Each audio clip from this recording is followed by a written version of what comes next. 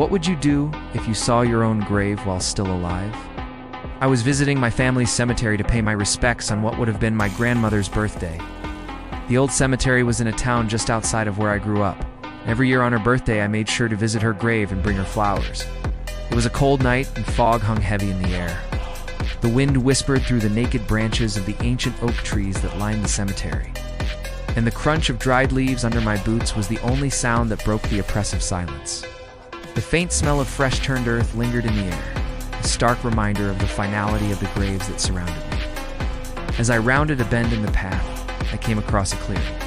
And in the center of the clearing stood a headstone that did not belong there. I stopped dead in my tracks.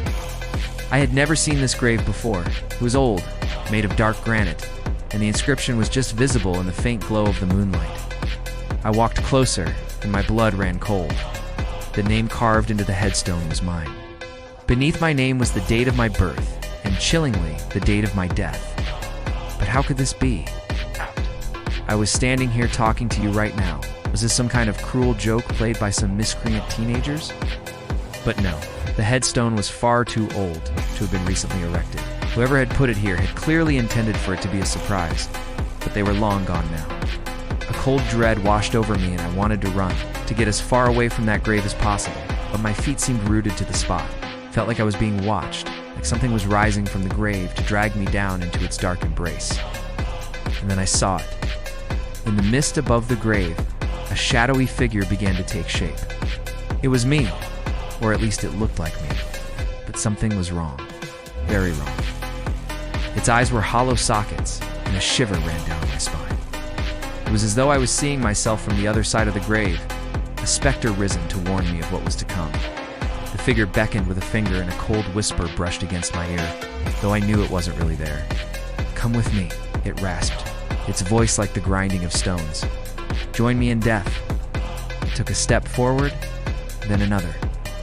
The mist swirled around it, obscuring its form, but I could feel its eyes boring into me, boring into my soul.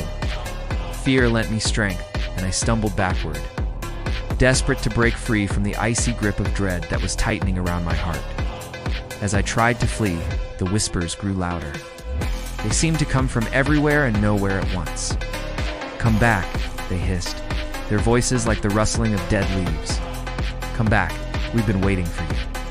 My breath caught in my throat as I felt an overwhelming sense of doom settle upon me. My legs felt heavy as if the grave itself was pulling me back to it. I fought against the unseen force, but it was no use. I was being drawn toward the grave like a moth to a flame. I don't remember how long I struggled, but eventually my resistance crumbled. I collapsed onto the cold ground, and the whispers swelled into a cacophony of joy. I looked back at the grave, my grave, and saw that it was beginning to open. The packed earth split and crumbled, revealing the dark, gaping hole beneath. From the depths, a hand reached out, skeletal fingers spidery against the black void. Then something else stirred, something large and undeniably human. Whatever it was, shifted restlessly, as if awakening from a long slumber.